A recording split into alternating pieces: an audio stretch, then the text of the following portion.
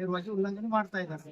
ಅದ್ರ ಬಗ್ಗೆ ತಮ್ಮ ಗಮನಕ್ಕೆ ತಂದಿದ್ದೈತಿ. ತಾವು ಏನೈತಿ ಆರೋಗ್ಯ ಇಲಾಖೆ ಅಧಿಕಾರಿ, ಮಹಾನಗರ ಪಾಲಿಕೆ ಅಧಿಕಾರಿಗಳಿಗೆ ಕರೆಸಿ ಈ ವಿಷಯ ಕ್ರಮ ಕೈಗೊಳ್ಬೇಕಂತ ಹೇಳಿ ತಮ್ಮಿಂದ ಮನವಿ.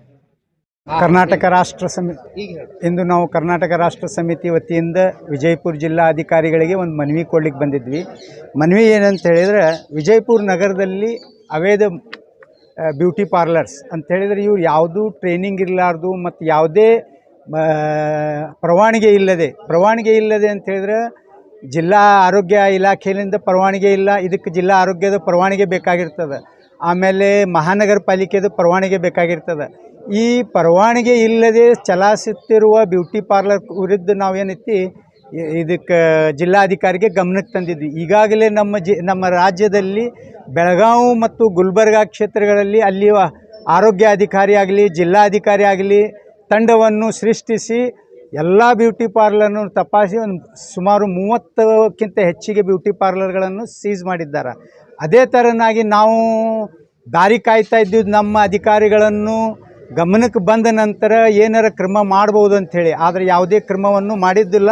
ಮತ್ತು ನಾವು ಸಮಾಜದ ಮೂರನೇ ಕಣ್ಣಾಗಿ ನಮ್ಮ ಅಕ್ಕಪಕ್ಕ ನಡೀತಿರುವ ಘಟನೆಗಳಿಗೆ ಜಿಲ್ಲಾಧಿಕಾರಿ ಗಮನಕ್ಕೆ ತರೋದು ನಮ್ಮದು ಉದ್ದೇಶದಿಂದ ಇವತ್ತು ನಾವೇನೈತಿ ಈ ವಿಷಯ ಅವ್ರ ಗಮನಕ್ಕೆ ತಂದು ಇದರಿಂದ ಏನೈತಿ ಯಾವುದರ ಸ್ಕಿನ್ ಸಾರ್ವಜನಿಕರದ ಸ್ಕಿನ್ ಅದು ಯಾವುದರ ಅದರದ್ದು ರಿಯಾಕ್ಷನ್ ಆಗಿ ಇದನ್ನು ಹಾನಿ ಆಯಿತು ಅಂತೇಳಿದ್ರೆ ಮತ್ತು ನಾವು ಜನರಿಗೂ ಇದ್ರ ಬಗ್ಗೆ ಗಮನಕ್ಕೆ ತರ್ತೀವಿ. ಅಂಥವು ಏನಾರ ಬ್ಯೂಟಿ ಪಾರ್ಲರ್ಗಳಲ್ಲಿ ತಮ್ಮ ಜೊತೆ ಏನಾರ ದುರುಪಯೋಗ ಮತ್ತು ಏನಾರ ಅವೇದು ಇದನ್ನು ಆಗಿದ್ರೆ ಅಂತ ಹೇಳಿದ್ರೆ ನಮ್ಮನ್ನು ಸಂಪರ್ಕಿಸ್ರಿ.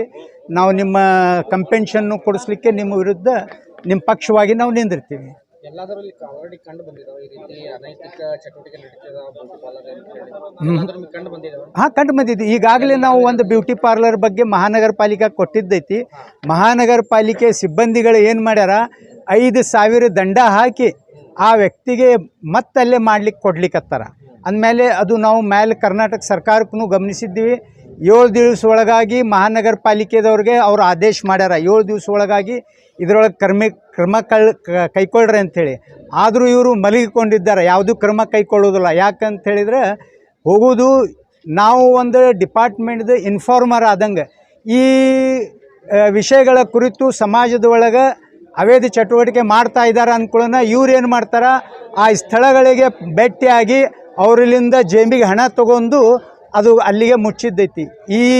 ಈ ಇದಕ್ಕೆ ಮುಂದೆ ಬರೋ ದಿನಗಳಲ್ಲಿ ನಾವು ಆ ಬ್ಯೂಟಿ ಪಾರ್ಲರ್ಗಳ ವಿರುದ್ಧ ಹೋಗೋದಿಲ್ಲ. ಆಮೇಲೆ ನಾವೇನೈತಿ ಅಧಿಕಾರಿಗಳ ವಿರುದ್ಧ ರಿಟ್ ಪೆಟಿಷನ್ನು ಫೈಲ್ ಮಾಡಲಿಕ್ಕೆ ಸಿದ್ಧರಾಗಿದ್ದೀವಿ. ಅದೇ ಥರನಾಗಿ ಏನೈತಿ ಕೆಲವೊಂದು ಮಾಲೀಕರಿಗೂ ಜೊತೆನೂ ನಾವು ಇದು ಅಂತೀವಿ, ಈ ಥರ ಬ್ಯೂಟಿ ಪಾರ್ಲರ್ಗೆ ತಮಗೂ ಸಹ ಇದರಿಂದ ಮುಂದೆ ಬರೋ ದಿನಗಳಲ್ಲಿ ಇದನ್ನಾಗ್ಬೋದು. ಇವ್ರಿಗೆಲ್ಲ ಬಾಡಿಗೆ ಕೊಡುವಕ್ಕಿಂತ ಮುಂಚೆ ಇವರು ದಾಖಲಾತಿಗಳನ್ನು ಪರಿಶೀಲಿಸಿ ಇವ್ರಿಗೆ ಬಾಡಿಗೆ ಕೊಡಬೇಕಂಥೇಳಿ ನಾವು ಸಾರ್ವಜನಿಕರಿಂದ ಮನವಿ ಮಾಡ್ತಾರೆ. ನಮ್ಗೆ ಇದ್ರ ಬಗ್ಗೆ ಯಾವುದೂ ಮಾಹಿತಿ ಇಲ್ಲ. ಆದರೆ ನಾವು ಗಮನಕ್ಕೆ ಕೊಟ್ಟಿದ್ದು ಇಲ್ಲೇ ಮಾರ್ಕೆಟ್ ಒಳಗೆ ಅದು ಮಹಾನಗರ ಪಾಲಿಕೆಗೆ ಗೊತ್ತೈತಿ, ಯಾವುದೇ ಥರದ ಲೈಸೆನ್ಸ್ ಇಲ್ಲ. ಈವನ್ ಮಹಾನಗರ ಪಾಲಿಕೆ ಲೈಸೆನ್ಸ್ ಇಲ್ಲ. ದಂಡ ಹಾಕಿದ್ರು ಅವ್ರು ಏನು ಮಾಡ್ಯಾರ, ಈ ಅಂಗಡಿಗೆ ಬಿಟ್ಟು ಬೇರೆ ಅಂಗಡಿ ಕಡೆ ಶಿಫ್ಟ್ ಆಗಿ ಮತ್ತೆ ಅಲ್ಲಿದ್ದು ಬಾಡಿಗೆ ತೊಗೊಂಡಾರ ಅಂತ ಸಾಹೇಬ್